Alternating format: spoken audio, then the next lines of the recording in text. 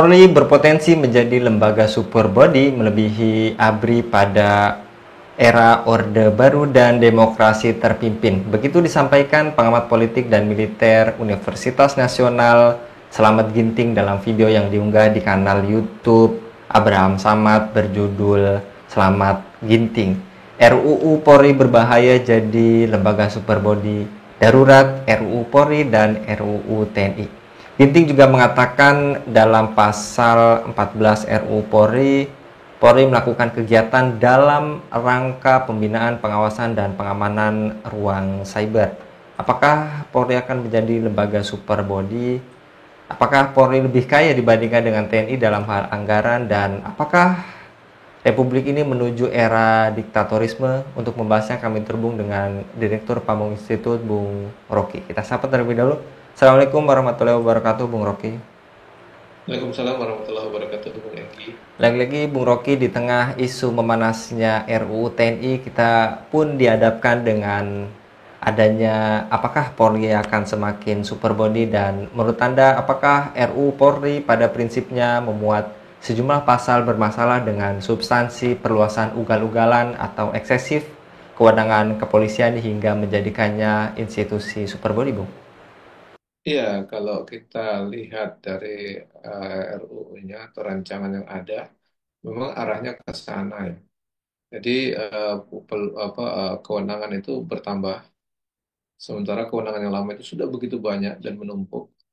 Nanti ditambah dengan beberapa kewenangan baru, itu akan menambah jumlah kewenangan yang lebih besar. Dan kewenangan yang lebih besar itu cenderung akan terjadi abuse of power kalau kontrol tidak begitu ketat dan tidak begitu kuat. Apalagi dari segi regulasi itu tidak memberikan pagar-pagar yang jelas dan ketat. Nah, ini yang kita khawatirkan. Kita khawatir juga ya, kenapa DPR itu membuat produk undang-undang yang jelas-jelas begitu membahayakan bagi kehidupan berbangsa dan negara, bukan untuk justru mengokohkan, tapi ada beberapa yang tidak diuji, dikaji lebih jauh, apakah itu justru bisa menimbulkan ekses atau dampak yang besar terhadap kehidupan berbangsa dan bernegara. Dengan diberikan kewenangan Polri bertambah, ini kan berarti ada power yang lebih. Sementara dengan kondisi sekarang, kewenangan yang ada saja itu sudah banyak sekali terjadi peristiwa-peristiwa yang apa kurang nyaman bagi masyarakat. Nah, dari kisah Sambo, dari kisah polisi membackup perjudian dan seterusnya itu apa istilah ada lagu Sukatani ada bayar dan seterusnya. Ini kan membuat citranya begitu buruk. Belum lagi ditambah dengan pemberian kewenangan, terutama dalam hal ini ada penambahan kewenangan di bidang cyber ya. Di situ boleh kategorinya pasal 14 itu Polri bisa melakukan kegiatan dalam rangka pembinaan, pengawasan, pengamanan di ruang cyber itu saya pikir tambah luas lagi itu kewenangannya. Sementara kan kalau kita tahu ruang cyber itu kan sebenarnya sudah ada kementerian yang mengurusinya. Untuk apa kita bentuk Kemenkominfo di situ yang tugasnya untuk mengurusi ruang cyber. Nah kalau itu polisi lagi masuk ke situ ya sebenarnya pekerjaannya jadi double-double itu. Nah, ngapain ada Menkominfo lagi di situ kalau memang diberi kewenangan pengawasan, pembinaan dan penegakan hukum bahkan di situ itu lebih luas lagi. Saya pikir itu Bung yang perlu kita pertimbangkan lebih jauh. Kenapa Polri ke depan bisa jadi kewenangannya jauh lebih besar dan cenderung ke arah menjadi lembaga yang super body. Ya. Lantas, apakah RUU ini gagal menyoroti masalah fundamental yang terjadi di institusi kepolisian, tak terkecuali kegagalan dalam menyoroti aspek lemahnya mekanisme pengawasan serta kontrol publik terhadap kewenangan kepolisian yang begitu besar, Bu? Iya, kan kalau kewenangan lebih besar, kontrolnya akan jadi lebih kecil. Itu hukumnya memang begitu. Jadi kewenangan Polri lebih besar, berarti kontrol kepada Polri akan semakin mengecil. Jadi kalau diberi banyak kewenangan, kontrol dari masyarakat ke sana pun akan jadi lebih sempit ruang untuk mengontrol atau untuk melakukan pengawasan ataupun kontrol yang kepada kepolisian kita. Nah, kita berharap sebenarnya itu ruang kontrol, ruang koreksi, ruang aspirasi itu jauh lebih besar sehingga kita bisa mendapatkan polisi yang betul profesional. Nah, kalau kewenangannya diperbanyak, itu jadi makin tidak fokus dan tidak profesional. Jadi kalau kita ingin membentuk suatu lembaga yang ataupun institusi yang sangat profesional, maka fokus aja dengan tugasnya. Misalnya kalau tugasnya dalam bidang eh, keamanan dan ketertiban masyarakat, ya Kamtibmas itu saja difokuskan. Atau di penegakan hukum difokuskan. Jadi jangan ditambah-tambah ke pengawasan ke ruang siber, pengawasan kemana, pembinaan dan seterusnya itu makin bias itu. Itu sama dengan kita membentuk tim sepak bola menghadapi Piala Dunia, tapi pemainnya disuruh ikut main voli, sehingga tidak fokus pemainnya nanti gitu. Nah, ini menurut saya perlu kita dudukkan kembali. Terutama menurut saya yang paling krusial itu pembuat undang-undang. Di situ kan ada DPR dan pemerintah. Mestinya mereka melakukan pengkajian jauh lebih dalam dan eh, lebih bagus lagi sehingga pertimbangan-pertimbangan jadi lebih banyak. Kan negara ini diurus banyak institusi.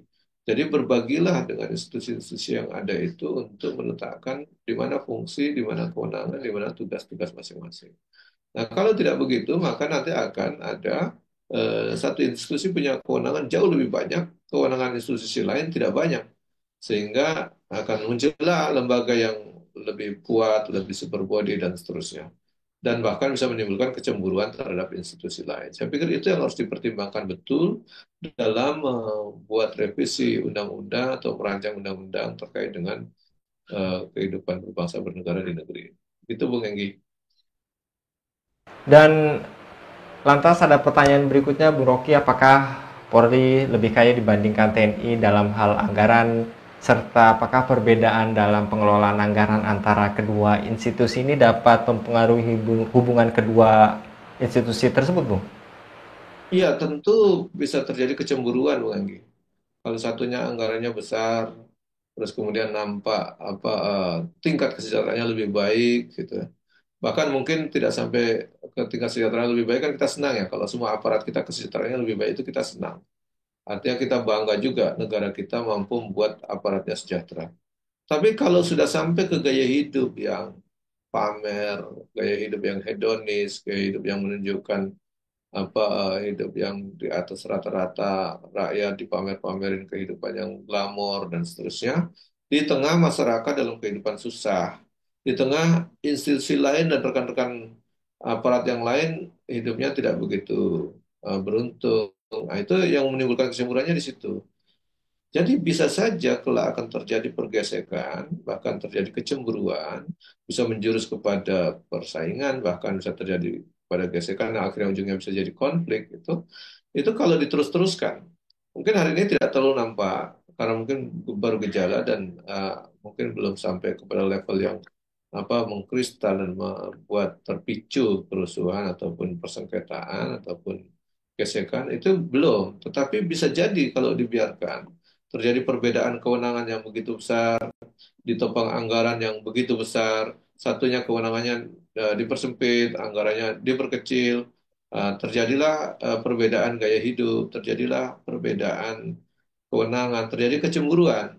Nah, kalau sampai kecemburuan terjadi, itu yang kita khawatirkan, ujung-ujungnya bisa menimbulkan berbagai persoalan baru terjadinya kecemburuan sampai kepada gesekan, sampai kepada bisa jadi terjadi konflik. Saya pikir itu yang harus diperhatikan betul oleh para pembuat kebijakan, terutama dari level eksekutif dan yudikatif yang punya kewenangan untuk membuat undang-undang, mengesahkan, bahkan merancang. Ini harusnya betul-betul dipertimbangkan dengan baik sehingga ekses-ekses atau dampak yang ditimbulkan itu jadi minimal. Jadi tidak asal membuat undang-undang, tidak asal merevisi, tetapi dampak ke depannya jauh lebih besar yang bisa menimbulkan gesekan maupun terjadi konflik di antara sesama anak bangsa ini. Begitu Bung Enggi. Lantas, apa potensi bahaya jika Polri memiliki hak untuk mengawasi seluruh ruang siber di Indonesia? Apakah Republik ini menuju era diktatorisme, Bung? Iya, kalau dia boleh mengawasi seluruh ruang siber, padahal di situ kan ada kementerian lain, ada institusi lain, misalnya di militer juga ada kan siber yang mengawasi terkait dengan itu. Di institusi Kementerian Kominfo juga ada mengawasi. Saya pikir akan terjadi apa ya tadi cross ataupun terjadi gesekan di antara tugas-tugas mereka. Dan ini kalau sampai pengawasan itu kan nanti siapa yang berhak mengawasi siapa jadinya. Nah, kalau itu terjadi, nanti akan ada ego per institusi. Loh, kalau saya diawasi Anda gitu, gitu posisinya misalnya. Jadi kenapa demikian? Nah, satunya mengatakan ini berdasarkan undang-undang, satunya mengatakan saya juga di atas dasar undang-undang, kan kacau itu jadinya.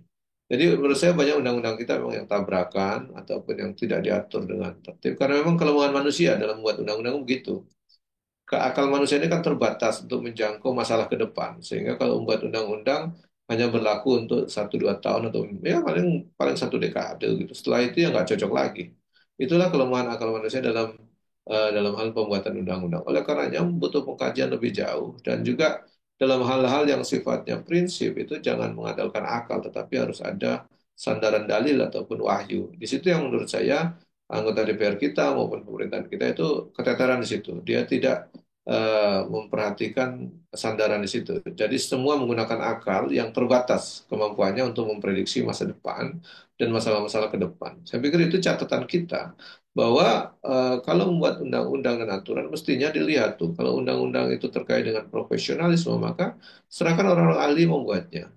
Tapi kalau sudah terkaitan dengan perkara hukum maka harus kembali kepada hukum yang menciptakan kita sebagai manusia sebagai alam semesta ini yaitu hukum Allah Subhanahu wa taala. Saya pikir di situ yang harus dipertimbangkan betul. Nah, kalau terkait dengan program-program yang ada memang harusnya diuji lebih dalam lagi apakah layak, apa pengaturan itu berdampak baik dan seterusnya. Jadi kalau kita lihat hal tersebut maka ke depan akan ada potensi besar terjadi gesekan antar institusi karena ada institusi yang ditambah kewenangannya sementara institusi lain yang punya kewenangan sedang menjalankan tugasnya. Dan ini tidak sehat dalam konsep berpemerintahan, berbangsa, bernegara. Begitu, Bung Enggi. Jasa kalau Bung Rocky untuk paparannya pada kabar petang kali ini, semoga di bulan Ramadan ini kita semakin berbenah dan yang tadi disampaikan oleh Bung Rocky, kembalilah bersumber kepada hukum dari Sang Pencipta agar kita memperoleh keadilan dan tidak berat sebelah. Jasa kalau sekali lagi Bung Rocky untuk paparannya pada kabar petang kali ini. Demikian pemirsa Ilava News, dukung dengan subscribe, share, dan like. Semoga menjadi kebaikan bagi kita semua di dunia dan di akhirat. Saya Anggi Suara undur diri. Assalamualaikum warahmatullahi wabarakatuh.